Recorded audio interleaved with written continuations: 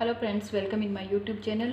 Today we are discussing to the pediatrics GI system. Into the GI system, our first disease is aganglionic megacolon, aganglionosis, or also called Hirschsprung's disease. Aganglionic megacolons means absence of ganglionic nerve cell into the colon. इस disease के अंदर क्या होता है कि ganglionic nerve cell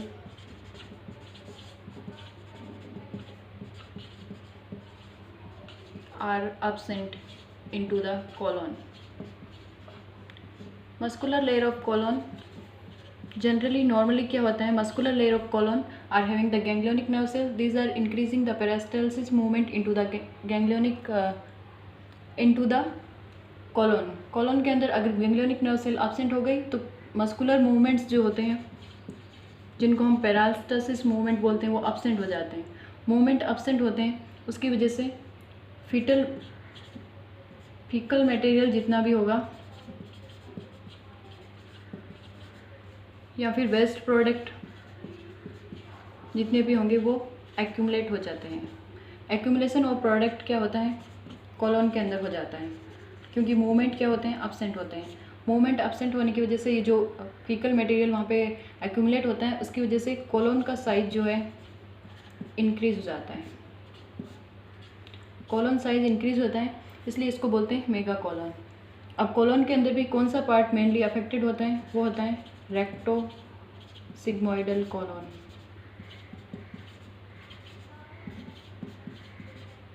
ये question भी पूछा जाता है. Most common part affected into the mega colon, that is the recto sigmoidal colon.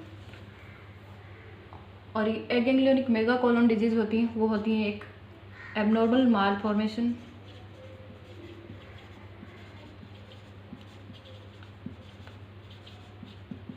और congenital anomaly.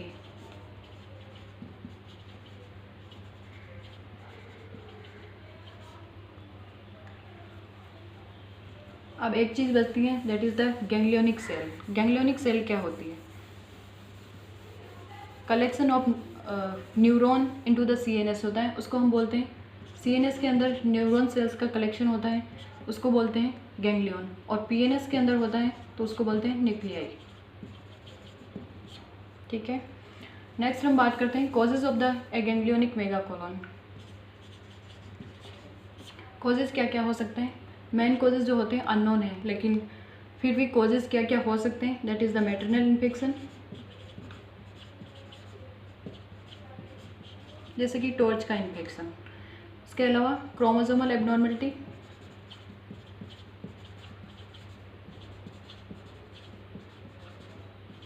Mainly down syndrome. Down syndrome के अंदर क्या होते हैं, क्रोमोसोमल एबनॉर्मलिटी होती है, उसकी वजह से CNS का भी डेवलपमेंट प्रॉपर नहीं हो पाता है, उसकी वजह से गैंग्लियोनिक सेल्स होती हैं वो एब्सेंट हो जाती हैं.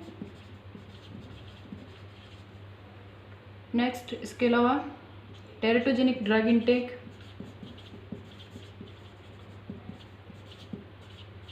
During the prenatal period if mother are taking teratogenic drug mainly जैसे कि valproic acid, thalidomide,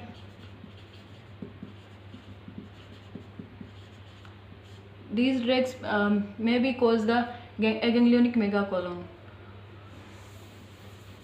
Other than it, we are discussing the sign and symptom of aganglionic megacolon. Sign and symptoms according to entrance exam, symptoms जो पूछे जाते हैं, जैसे कि newborn के symptom पूछे जाते हैं या फिर चिल्ड्रंस के अंदर पूछे जाते हैं.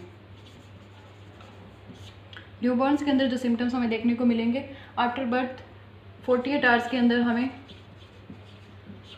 न्यूबॉर्न्स जो होगा म्यूकोनियम पास नहीं कर पाएगा.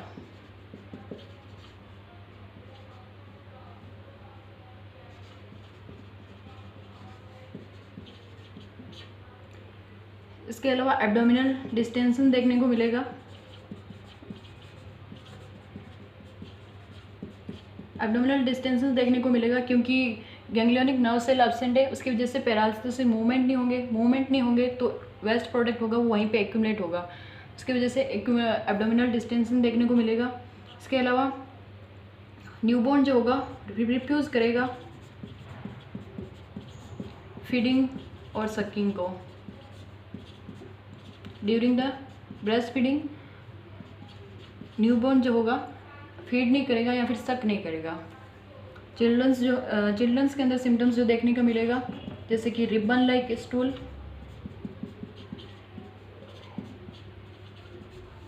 इसके अलावा चिल्ड्रंस के अंदर वेट गेन नहीं होगा।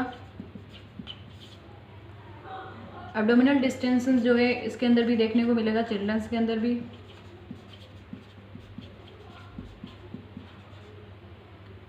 एक और सिम्टम्स देखने को मिलता है वो है बाइल स्टेन वॉमिटिंग।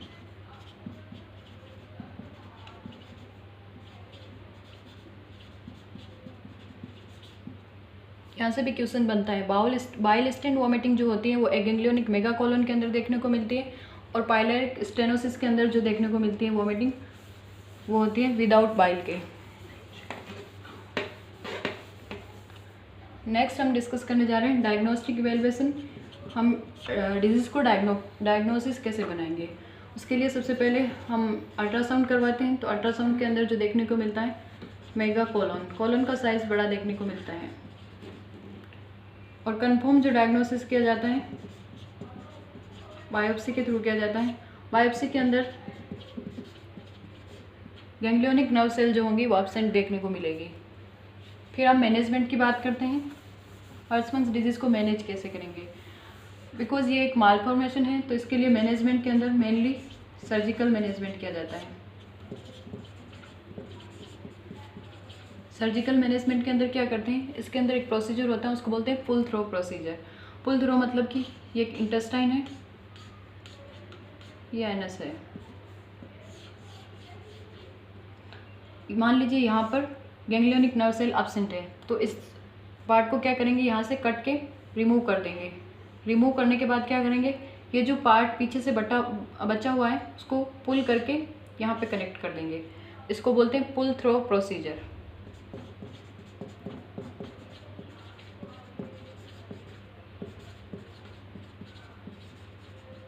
इसको एक अदर नाम से भी जानते हैं, उसको बोलते हैं स्वानसन प्रोसीजर या फिर स्वानसन ऑपरेशन भी बोल सकते हैं। इसके अलावा बिफोर प्रोसीजर नर्सिंग मैनेजमेंट भी किया जाते हैं। नर्सिंग मैनेजमेंट इसके अंदर क्या कर सकते हैं,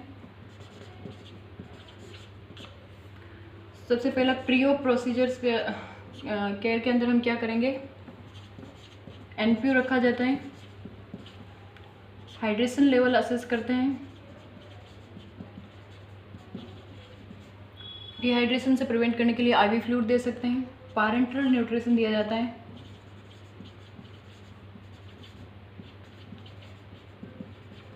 डाइट अगर देनी होती है तो डाइट के अंदर high calorie and high protein and low fibre diet दी जाती है।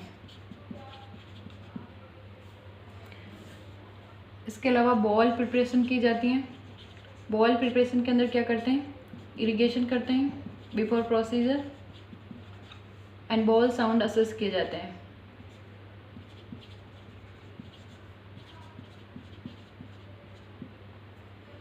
इसके बाद आफ्टर प्रोसीजर जो केयर दी जाती है उसमें नर्सिंग मैनेजमेंट के अंदर हम क्या करेंगे, पोस्ट ऑप केयर, पेशेंट को तब तक एनपीओ पे रखा जाता है जब तक कि बॉल साउंड असेस नहीं हो जाते।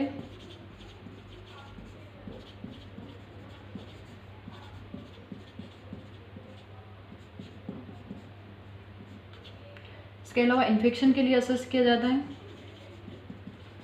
Infection assessment.